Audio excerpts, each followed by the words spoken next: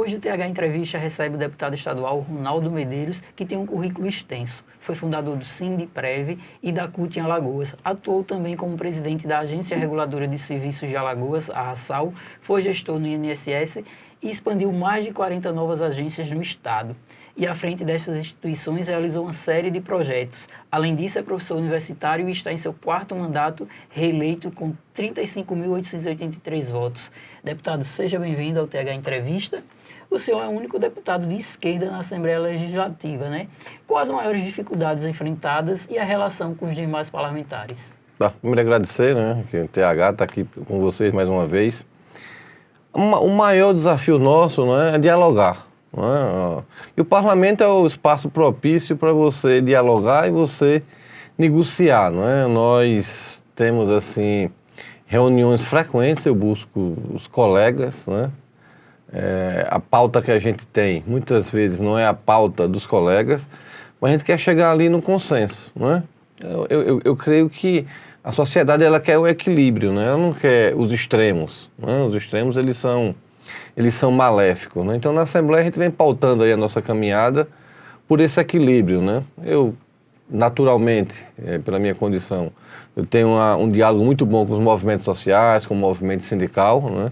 E tento trazer essa pauta para o Legislativo e trazer também para o Executivo, né, para a gente discutir. E mesmo a gente sendo minoria, né, mas essa minoria não tem impedido de a gente ter conseguido muitos avanços. Né? E esses avanços só são possíveis também com o apoio dos demais. Né? Quando a gente quer uma educação melhor, uma educação pública de qualidade, quer que um professor, que um servidor da educação, né, um trabalhador da educação, tenha melhores salários, a gente tem que ter o apoio do Executivo, tem que ter o apoio do Legislativo. Ano passado foi um ano muito intenso, né? A gente conseguiu, foram mais de 30 planos de cargos, carreiras e salários que o governo aprovou, foram reajustes, né? E a gente serviu como ponto, inclusive, para modificar e melhorar, né? A maioria desses planos, a maioria dessas melhorias salariais e também de trabalho que os servidores públicos tiveram aqui em Alagoas. O senhor falou em educação, né? Educação é um destaque em seus mandatos. Por que esse tema? Além do setor agrário também. Vê só, eu sou oriundo da educação pública, né? Minha família humilde ali em Quebrangulo, a gente morou em Quebrangulo, depois Palmeira dos Índios, né? E foi a educação pública o primeiro que me fez ganhar meu pão. Você tem uma ideia? Na minha turma eram 23 alunos que se formaram, né? Foram 5 médicos. Olha que era uma turma lá em Palmeira, no Colégio Estadual Alberto Mendes, hoje é a escola, de escola pública, que não tinha cota, não tinha merenda, não tinha farda, não tinha livros, como hoje o governo oferece. Então a maioria, né, conseguiu vencer. Eu consigo passar num concurso com 18 anos de INSS, né, um concurso público federal, e me coloco. Depois só que veio a política, veio da minha atuação no movimento sindical, né, estudantil e no próprio INSS, né, que é a minha casa de origem. Então, eu acredito muito nessa educação pública. Se não fosse ela, certamente eu estaria hoje trabalhando, ou na agricultura, nada contra, mas trabalhando assim no subemprego, né, sem carteira, porque eu não ia ter condição profissional de chegar a passar no concurso público, cursar um curso superior, né, ganhar meu pão com dignidade. Então, essa a educação pública, né, é a política pública mãe. Né, ela abre oportunidades e iguala, né, pobres e ricos. Você vai ver um pobre sentado com um rico na Universidade Federal. Né? Você vai ver um pobre ali sentado com um rico quando ele passa um concurso público, dialogando, discutindo, debatendo políticas públicas, debatendo em sala de aula os temas, né, curriculares. E essa política, ela é, para mim, a mais importante de todas. Os países que conseguem ter melhor qualidade de vida, melhor renda para a sua população, são os países, né, que menos criminalidade. Vê só. Claro, tem situações que a polícia é necessária, mas a polícia é necessária quando a educação falha atrás. Né? Quando você tem um sistema educacional que ele forma, que ele tem, né, qualidade, o uso da polícia ele diminui muito. Né? Então, eu creio e defendo que o melhor policial é um professor. né? Um professor, ele com um sistema de educação que funcione, um professor que tenha condições, que tenha um salário, né, compatível com as suas necessidades, né? Aí você consegue desenvolver, você consegue formar, né, gerações com um futuro bem melhor, né? Policial é importante, né? Hoje a gente vê o índice de violência cresce, mas se a gente prevenir, né, aqui atrás, é na educação pública. Deputado, o senhor também se destaca nas ações relacionadas à reforma agrária, né? Por que esse tema é destaque em seus mandatos? Terra para quem precisa de terra, né? As pessoas que buscam hoje, né, a reforma agrária são pessoas que querem viver com dignidade, que querem plantar, né, que querem educar seus filhos. Eu visito diversos assentamentos aqui no estado de Alagoas, né? Posso dar inúmeros exemplos de famílias que hoje que têm suas filhas, seus filhos cursando curso superior, ou já concluído nas universidades públicas, né? Mas na federal hoje, que é federal, né? Ou IFAL, ou UFAL, o interior, existe hoje uma capilaridade muito grande, uma distribuição boa, né, desses cursos superiores no interior.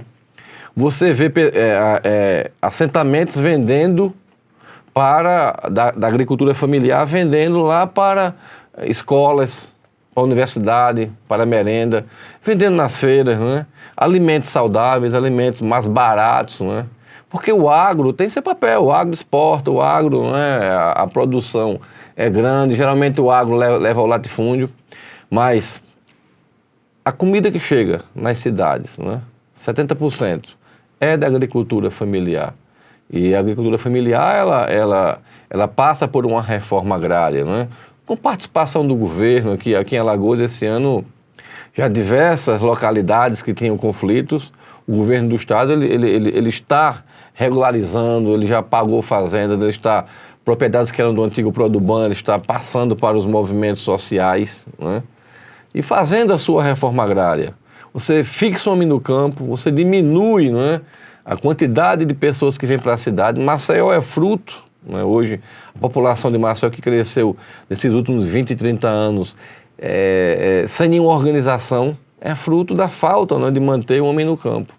E hoje manter o homem no campo, manter o jovem lá no campo, ele trabalhando, você tem que dar condições a ele, né? Você tem que ter água, você tem que ter tecnologia, senão o jovem sai da terra e ele vem para as cidades, aí você forma, né? Você tem esses diversos problemas que esse excesso de população, ele causa numa cidade. É mais barato, é melhor, o homem do campo ele é mais feliz quando ele cria seus filhos, e seus filhos continuam, não é? A gente chama de sucessão rural, continuam na terra. Hoje, 10 de abril, exatos 100 dias do governo Lula. Qual avaliação o senhor faz até aqui? O Brasil voltou, né? O Brasil voltou a ter esperança, o Brasil voltou a ter um presidente democrático que você não vê mais as instituições, não é, sendo atacadas como eram atacadas. Você não vê fiscal do IBAMA sendo impedido de trabalhar, não é? Você não vê um médico sendo impedido de receitar um remédio ou então de dar uma vacina, não é? Pelo contrário, a gente vê que a ciência ela volta, né, com a sua autonomia. Você vê um Brasil do Bolsa Família aqui em Alagoas, não é? Aqui em Alagoas, mais de 540 mil famílias recebem hoje o Bolsa Família. São 300, se não me engano, 363 milhões, quase 4,5 bilhões por ano. Vê só, né? É investimento na educação com o aumento, né, da merenda escolar. Só que em Alagoas, mais de 110 milhões de reajuste, né, na merenda escolar. São 100 dias de ações positivas, né? Ah, sim, a valorização, né, da mulher, do negro, né, dos movimentos sociais, a não criminalização. O governo anterior era um governo que não escutava, era um governo que discriminava negros, mulheres, destruíram a floresta amazônica, hoje a gente tem que reconstruir. Então é um governo, né, que ele... Hoje o mundo já vê o Brasil de forma diferente, né? Hoje, e o brasileiro também já sente essa mudança, né? Essa mudança que ela vai repercutir com certeza, né, em mais moradia, né? Que esse ano 2 bilhões já chegaram aqui para a saúde pública aqui no estado de Alagoas, no estado pequeno, imagine isso no Brasil, né? Então dá uma satisfação para a gente muito grande, aqueles cortes que nos 4 anos do governo anterior que nós tivemos, corte no orçamento, as universidades, os institutos federais, eles praticamente fecharam. A minha esposa da universidade, todo mundo com medo que cortasse a energia, vê só. Então, a gente vê um Brasil que respira, um Brasil alegre, um Brasil que quer que essas mudanças, né, que aquele Brasil do passado, aquele Brasil que a gente tenha emprego pleno, volte, mas não só volte, mas que a gente avance, né? E esse Brasil, ele está muito esperançoso, e eu mais ainda, né? Em relação ao governo do Estado, qual a avaliação? Olha, o Paulo vem fazendo um governo assim, muito interessante, né? O Paulo vem continuando a construir estradas, né? O nosso sertão. Alagoas era um estado que tinha, quando o Renan Filho assumiu, 40 quilômetros de duplicações. Nós vamos terminar o governo Paulo com aproximadamente 400 quilômetros de estrada. Então veja que você multiplica por 10 a quantidade de estradas. Você vê o investimento na educação pública aqui, né, com reformas, construções de escola. Os gerentes hoje antigamente você tinha aqueles gerentes de polos da educação, que hoje que não era gerente, né, era CRE, era Centro de Educação, nem lembro mais o nome. Hoje esses gerentes são escolhidos pelo IDEB, né, o melhor IDEB de cada região se torna gerente de educação daquela região. Veja só, você tirou aquelas indicações.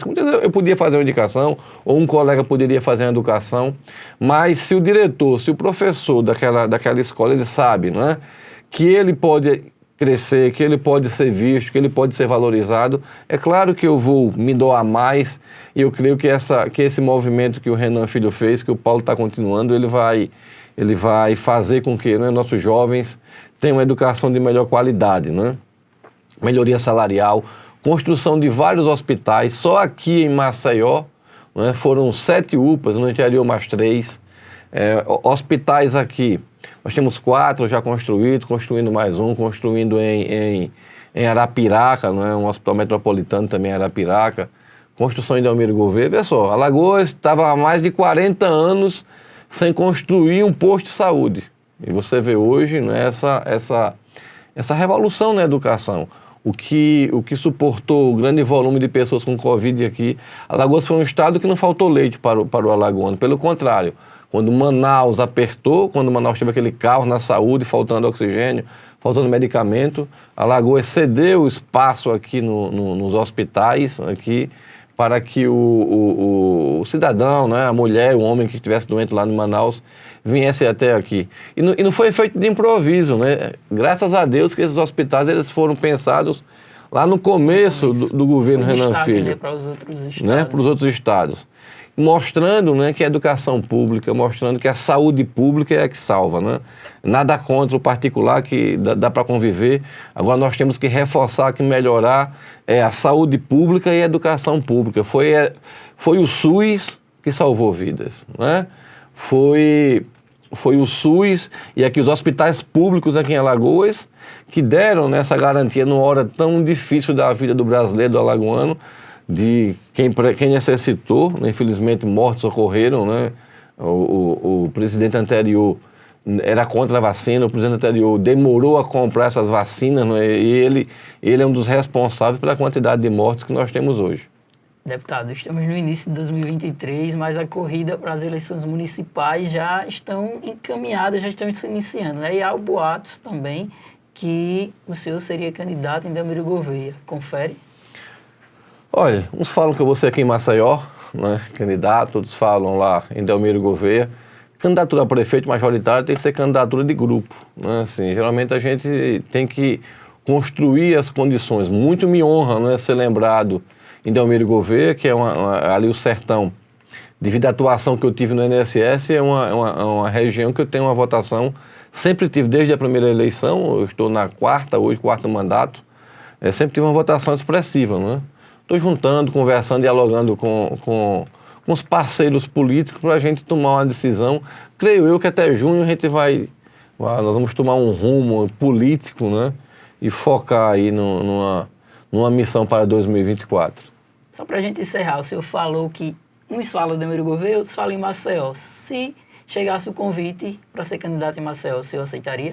Assim, né? Com muito prazer. Né? Maceió é uma cidade que eu vivo aqui há muito tempo, é uma cidade que necessita, né, na minha opinião, de alguém que humanize a cidade. Né? Eu tenho visto aí gestões passadas desastrosas na prefeitura de Maceió. Né? A gente vê muita obra ali. Eu passei ontem caminhando na orla, nada contra ter aqueles paredões que são necessários, mas mais necessários são os paredões, são as encostas de grotas, de pessoas que moram em grotas e que não tem, né, que não tem essas obras, que não tem essa visibilidade que tem a orla. Acho que Maceió São realidades extremas. São extremas, nós temos que, claro, manter a orla funcionando, mas cuidar também, não é colocar só academias na orla. Ali na orla, geralmente, quem mora ali tem condição de pagar. As academias, as melhorias que nós temos que fazer também na periferia aqui de Maceió. Deputado, queria agradecer sua participação aqui com a gente. Eu que agradeço, né? Colocar à disposição. Sempre é bom a gente bater esse papo e prestar conta aí um pouco do mandato, né, para a sociedade, que é quem nos elege, né? Com essas informações, o TH Entrevista dessa semana fica por aqui. Até a próxima.